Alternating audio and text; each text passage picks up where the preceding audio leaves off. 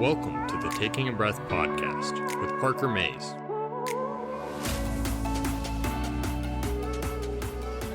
Welcome back, everybody, to this week's episode of the Taking a Breath podcast. Thank you so much for joining us, and I'm excited to have you. As you know, we're in the middle of a series right now where we're specifically talking to some content creators, marketing professionals, and coaches in the business space. And so I'm excited today to welcome Jamar Diggs to the podcast. Jamar is a YouTube channel coach for service-based CEOs, and it's exciting because he's going to be kind of diving into a little bit more. We're going to talk about why YouTube. We're going to talk about why that's a great marketing channel for you content creators and entrepreneurs out there. We're going to be talking about what things he's done and his story. And so if you are a content creator, entrepreneur, someone looking to scale in the social media space, you're in the right place, and buckle in because the next 25 to 30 minutes are going to be exceptional for you. So Jamar, welcome to the podcast. Would love to have you introduce yourself for us today. Yes, thank you so much for having me. Hey, y'all, my name is Jamar Diggs, and I am a YouTube strategist for coaches and consultants, and I help people rank on YouTube and start attracting problem-aware people by using that algorithm instead of having them fall for that content spiral that we all get into sometimes. 100%. Okay. And I'm excited to get more into that. So you mentioned the content spiral right off the bat. I want to talk a little bit about your story, but I'm super curious to get into that. So tell us a little bit about how you got started in social media, in marketing, and then, we'll ultimately get to where you are now, full-time coaching and doing the YouTube stuff. But how did you get started in the space? Oh my gosh. So back in the day, I like to say, when I was in college, I graduated from Old Dominion University in December 2013. And like a year before graduation, I was like, I need to find a job. So I need to start finding internships everywhere. And so I did 4 internships in all different all different places in marketing. And so, but all the time, like in these top 2 ones, I was always the social media person, and they always had me do it because I was like the youngest person. Right. And so they're like, Jamar, manage the social media account. Jamar, do the PR. Jamar, do all this other stuff. Jamar, why is Facebook not working? And I'm like, oh my God. So I was kind of just thrown into it. And I realized that I actually like it. It's kind of nice being the subject matter expert in something that no one really understood in that time frame. And so after graduation, I applied for a social media specialist position and got it, and started out working in corporate marketing, right? So that's literally managing social media accounts for over 250 real estate agents and teaching them how to use social media. That's how I got started. That's how I literally just kind of fell into social media. Insane. And so you mentioned there being kind of that subject matter expert in a space that no one really knew yet, or even still like a lot of that, higher level or entrepreneur, like some still, don't know it to that level. What's the importance there, especially for you as someone who's just graduating college, of being kind of this outlier in the space? And today, when so many students or young people do know social media, is there anything that you recommend to be able to stand out from everyone else? Oh yeah. So what I did was the same. Like, the thing about social media is that it's always changing. And so what you know about social media last week is probably totally different like now, right? And so like there's always updates, that there's always new ways to do stuff. And so one thing that I did that you guys can take away right now is stay up to date on what's going on. Like, so what I did was I was always following the top industry type of like blogs, industry channels, whatever. And whenever they release like some kind of like article about Instagram just did this, or now you can do this up on Instagram, I provided that value to my company. Amazing. Right? And so I was able to say, oh, hey, Instagram is starting to roll this out. Maybe we should be playing around with this. Would you like me to like kind of learn more about this and see how we can use it for the company or something like that? So I was always just kind of getting more information and going like above and beyond to say, hey, this thing's happening. This is how we kind of stay ahead. And then that helped me stand out. And when you mention that, not only does language constantly change, algorithms change, the content that people are looking to see changes. So you're 100% right.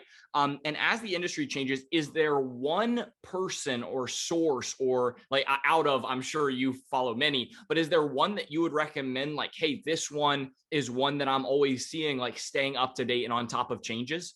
Oh man, yeah. So the one that I like really like used as my Bible back then was the Social Media Examiner. Okay. All right. And they just they're just like this big media company now, where they just always have all of like the biggest influencers in the space, like in the industry, and they are always like kind of like one of the first people to kind of show you what the update is, how to use it, why it is important, and it kind of gives you everything that you need to look like the best employee in your company. Well, and that's fantastic. And so very actionable takeaway there to check that out. If you're someone who is looking for, hey, how do I upgrade my content, get more engagement, all these things that we're always looking on that constant hamster wheel of where can we go next. Now, which leads me into my next question around the content spiral, right? I am curious to kind of hear your take on the differentiation between like YouTube, which is where I know you focus a lot of your time and energy, versus other social media platforms. So what's different about YouTube? Why that niche? And then also, what's your view on kind of other social media platforms that are kind of evolving and existing around that right now? Yeah, so the reason why I love YouTube is because it is the second largest search engine, and it's owned by the first largest search engine, which is Google.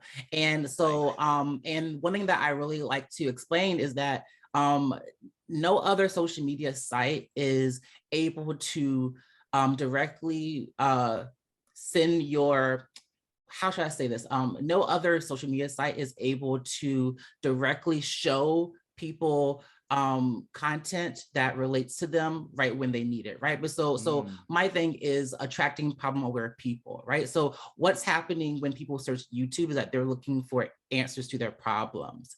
And so when we're using YouTube as a search engine, we're able to create content around that problem and then immediately be found by people who need that information. And then what we do after that is like our like marketing strategy and stuff like that.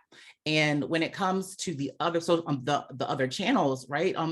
None of them can do that. Like when you look at Facebook, Instagram, TikTok, all these other things, there is no search engine functionality, right? There is an algorithm that gets you to stay up on the app longer. But when we are content creators, when we are coaches, consultants, whatever, any type of like online business, our end goal is to get people to buy our things, right? So it's great that we have them up on the app for as long as possible, yes. But what are they doing afterwards? Are we making sure that we're converting these people that we are bringing into us? Dang, I love that. And I have never heard it said that way, that the people that are on YouTube, the people that are actually searching intentionally using the search engine, are problem aware people. I love that. And the fact that other channels, it's so when you say like it's to keep them on the app longer, you just mean like the app in general, not necessarily our content or not necessarily solving a problem, but the algorithm is just designed to have them like use the most amount of screen time on their platform as they can, right? Exactly. Yes. And so, and don't get me wrong, like YouTube functions the same way, but with it, you still have a better chance of getting that person to consume your content, to binge watch your content, versus Instagram and TikTok. They just want you to keep swiping, go somewhere, right? Go somewhere, but stay in the app, right? That's kind of what they want from you. Dang. Okay. So that's so good. And then when we talk about just for, especially this is kind of a targeted question toward like an entrepreneur. And I know a lot of the people that you work with are entrepreneurs. They, when we're trying to stay kind of relevant cross-platform, is there a way that you recommend creating content and distributing across platforms, or how does that work for people who are more like personal brand or trying to get more brand awareness out there?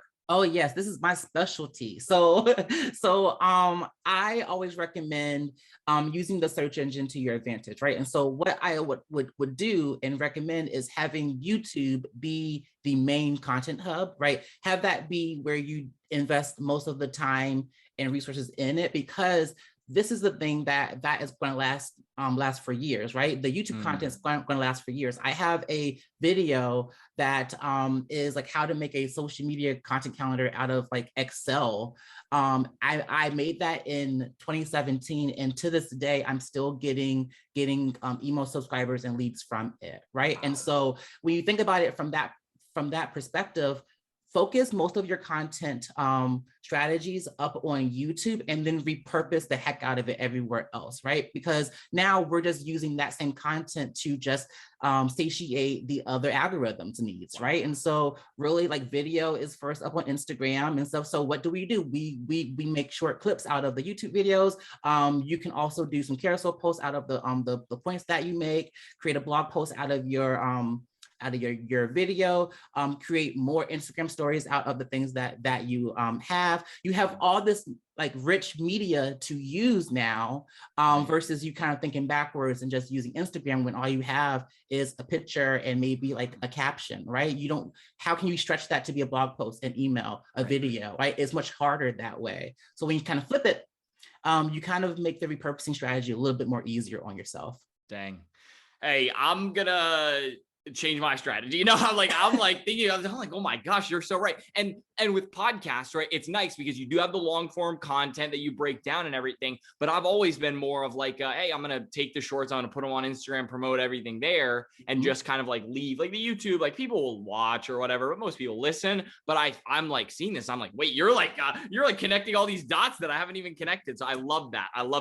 And I'm curious. So for you, because you mentioned, this is your thing now and has been, did you always see yourself going down the coaching route at some point when you were in these like primary like marketing roles for other companies, or what did you originally see as kind of the long-term path versus where you are now? Oh my gosh. So things have changed so much. So when I first started in 2014, in 2014, in like my corporate job, my goal was to be like the director of social media for corporate, right? That was just my thing. But then I started to just realize that there's a lot of politics in corporate. There's a lot of just BS that just happens, right? And so sometimes like you put all your effort into something and the company culture just is not isn't where it should be, right, rather, and you kind of end up working hard and not getting noticed. And so I was like, okay, this has got to change. And so when I made my business that same year on the side, it was like my outlet to kind of like still feel valued and also still make an impact in other people's businesses, even though that I didn't feel valued in my corporate company, right? And so I was a social media manager at first when I was like doing it up on the side, and then I got burnt out for that because I was charging nothing. I was charging nothing and managing people's stuff and really just trying to make money because I was like, if you had a pulse and you have some money and you have a social media presence, let me manage it for you. That was kind of what it was. And I got kind of burnt out from that. And then in 2017 was when I started coaching only. Okay. So, and then from there, it kind of like I kind of found my way throughout like with Instagram coaching into business coaching as well, and then landing into YouTube strategy and coaching. Got it. And when so I think a lot of people might relate to that. I do. Especially where that pre 2017 was, where you were like charging very little to nothing, and just feeling like I'm burnt out, but it's because like I'm not getting paid enough. I'm not getting paid my value. How did you shift that frame, right? From where you were like, I'm just trying to make money. I'm trying to do the thing, working tons of hours for not that much money, to where then you were able to actually like, okay, I have an offering that people are going to want to invest in. What did that mindset shift look like for you? It really was me having to be comfortable with selling.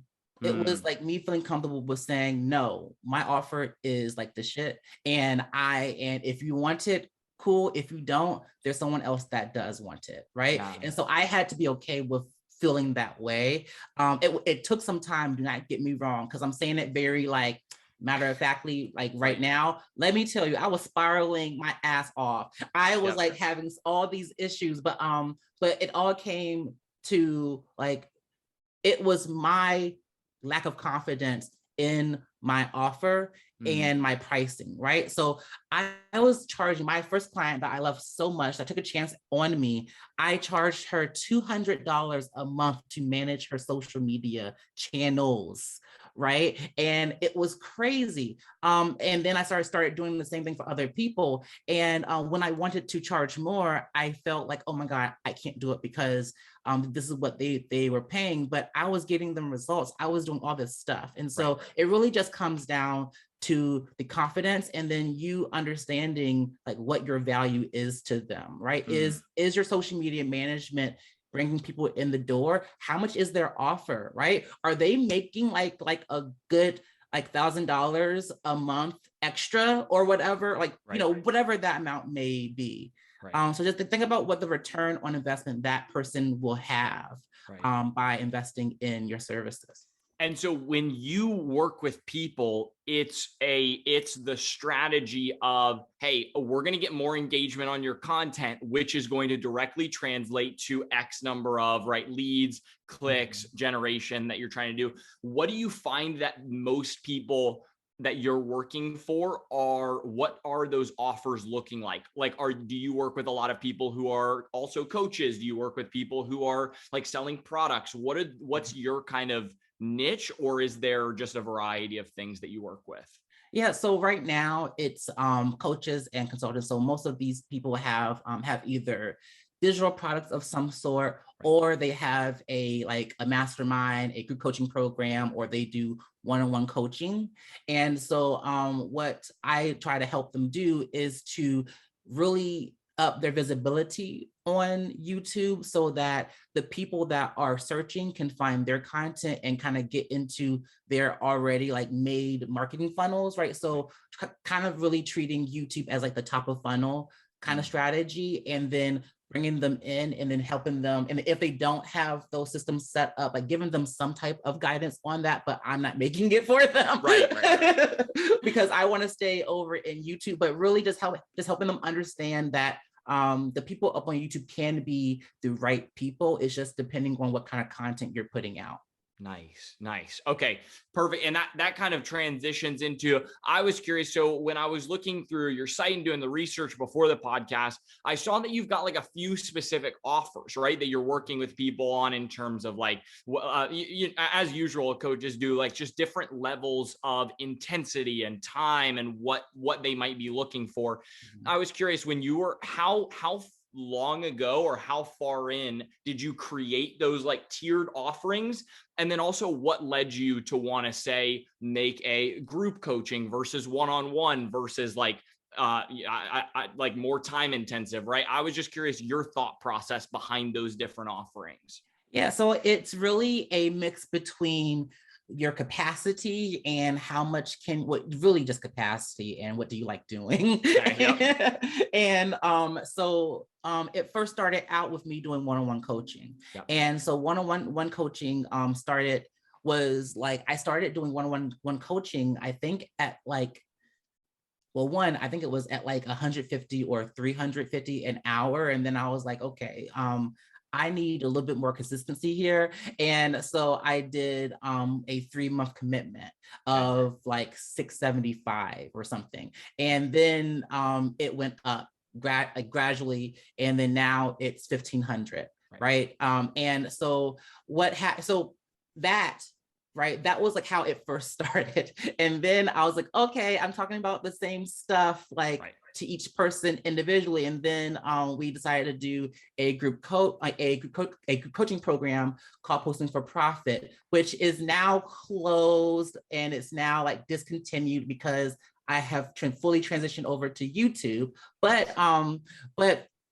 After group coaching, I went to do like more like intensives. Well, rather, I released like intensives, like 90-minute sessions as like a gateway. So I kind of just started finding ways to fill the gaps, right? Finding ways to fill the gaps between like where people are ready to invest and what type of like support they need. Nice. And then figuring out, what do I like doing, and is that what I'm willing to do? I love that. And for you, as you're starting to do, I mean, you got the full day, the group coaching, you know, from doing the one-on-one, what's been kind of your favorite medium of working with people? Like, is there a specific thing that you find like, oh, I just get so energized when I get to do this part of my job?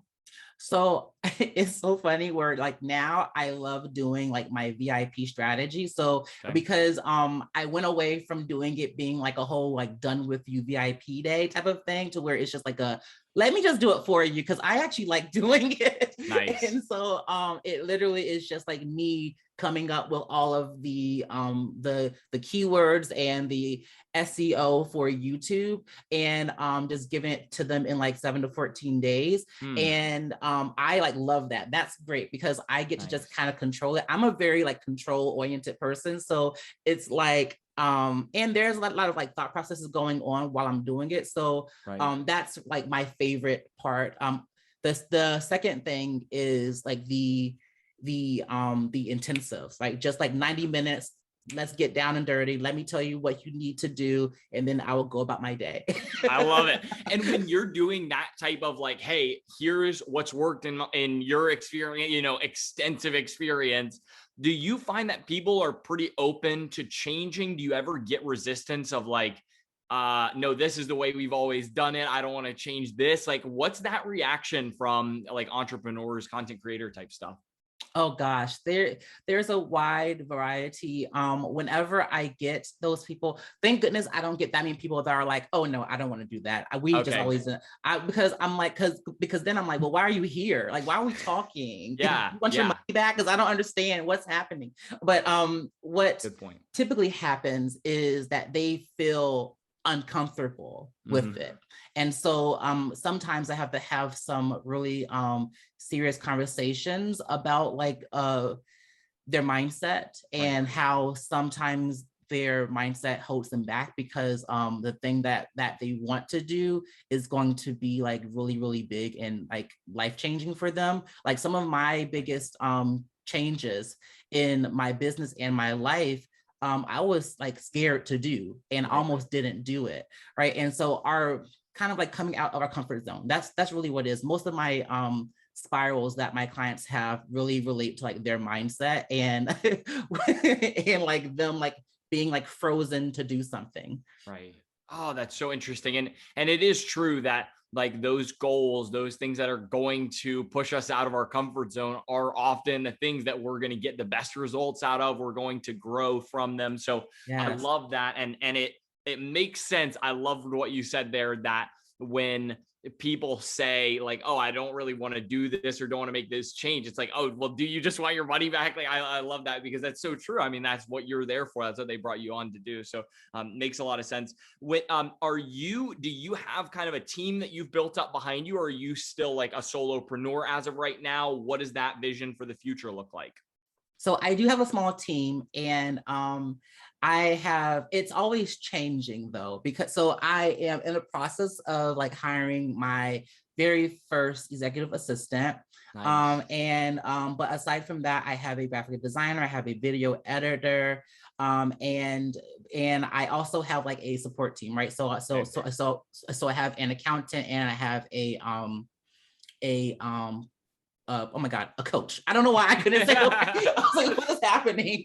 And I have like my own coach, right? And so, awesome. And in the future, it will be growing to help me support more things as we expand into YouTube management for select people, right? So it's kind of like we kind of go full circle to where it's like, well, I actually did like management. I just wasn't like charging enough, right? And so, and then I also wasn't being very picky about who I wanted to bring on. And so now that type of thing is like a very invitation only type of thing, to where you have to go through a VIP strategy first. And so so as we do more of those, and as we bring on more people for those type of services, then I'll bring on more people up onto the team. So hopefully having like my own like YouTube coordinator, strategist, whatever, and then maybe even one day having my own like actual in-house video team. Nice. Okay. And then so you specifically, I wanted to ask about the coach. So is your coach the one that you work with? Is that someone who is just business strategy coaching, or what kind of is that person supporting you with? Yeah, so she is definitely like a strategic partner in my business. So it's not only just business coaching, but it's also like operational efficiency, leadership development, like just making sure that overall I am actually stepping into my CEO role. Nice. Because, you know, when we are solopreneurs for so long, right, it can be very easy to just keep doing all the things and like not delegating, not growing the team, working hard and hard and hard. And then we kind of forget about our own personal lives and our own personal goals. The business becomes everything. And so with her, I'm so excited to like grow my business with her, because she kind of keeps it in check of like, yes, let's make this money. Let's do all this stuff, but also like, let's make sure that we are taking care of ourselves as well. That's so good. Okay, last question. I've been doing this for this series specifically on like hot takes and relevant little like new innovations for the copywriting one. We talked about AI copywriting as like a new relevant innovation. For you specifically, I wanted to ask about YouTube Shorts. So I've heard of this YouTube Shorts situation. I don't know if you know much about it yet. Pretty new, but essentially like a TikTok / Instagram Reels that is a YouTube product. Curious to get any advice, feedback from you, or hear if you think that that's going somewhere. Okay, so here's how I am. I'm a very like, how do I say this in like just really quick? I do not care. I do not care. I don't know how to say this really quickly. I do not. I am like, leave the shorts to TikTok and maybe even Instagram, because I don't really mind it on Instagram. But I guess in my head right now, I see there's nothing wrong with sticking to the traditional form of YouTube marketing, which is the longer form videos. I think the shorts are great. I think that there was a time for it, like at the very beginning, because you know, like whenever new things happen for any platform, they push it out really quickly, and then like they give you all the views and things like that. But what are those people doing when they find your short, and what are they doing after they watch your short, right? There's not really, I have not seen a really big investment when it comes to entrepreneurs whenever we use it. Now for influencers and people who want to get like monetized and all this other stuff with YouTube and like AdSense and stuff, which actually I don't even think that it counts towards like you being monetized. That's a whole nother thing, but that's kind of where I am right now. Hey, all right. That's good to know. And I'm excited to look back. I love with little things like that. I love looking back in like 6 months, a year, and seeing what happened. So I'm excited to do that with this as well. Jamar, if people like this conversation, like you, like your energy, where can they find more of you? Where's the best place to connect? Well, definitely find me on YouTube at jamardiggs.com/YouTube, and then also on Instagram, because my stories are lit as hell. So just follow me on Instagram at Jamar Diggs. And if they are interested in like learning a little bit more about how to apply YouTube strategies to their business, I do have like a shop. Okay. And just go to shop.jamardiggs.com and shop till you drop. Perfect. I love it. Okay. Well, Jamar, thank you so much. I really appreciate you. And as always, if you are listening and interested in, make sure to A, subscribe, and then B, check out Instagram at Taking a Breath Podcast. We'll have clips from this episode and every episode every week. So definitely want to have you guys check that out. And if you're interested in any of those things that Jamar just mentioned, I'll have them actually linked in the description as well. So if he mentioned it, it's a link there, and you can actually go click directly to visit his site. So thank you so much for tuning in, and we'll see you again next week for another episode. Thanks for listening to the Taking a Breath podcast with Parker Mays.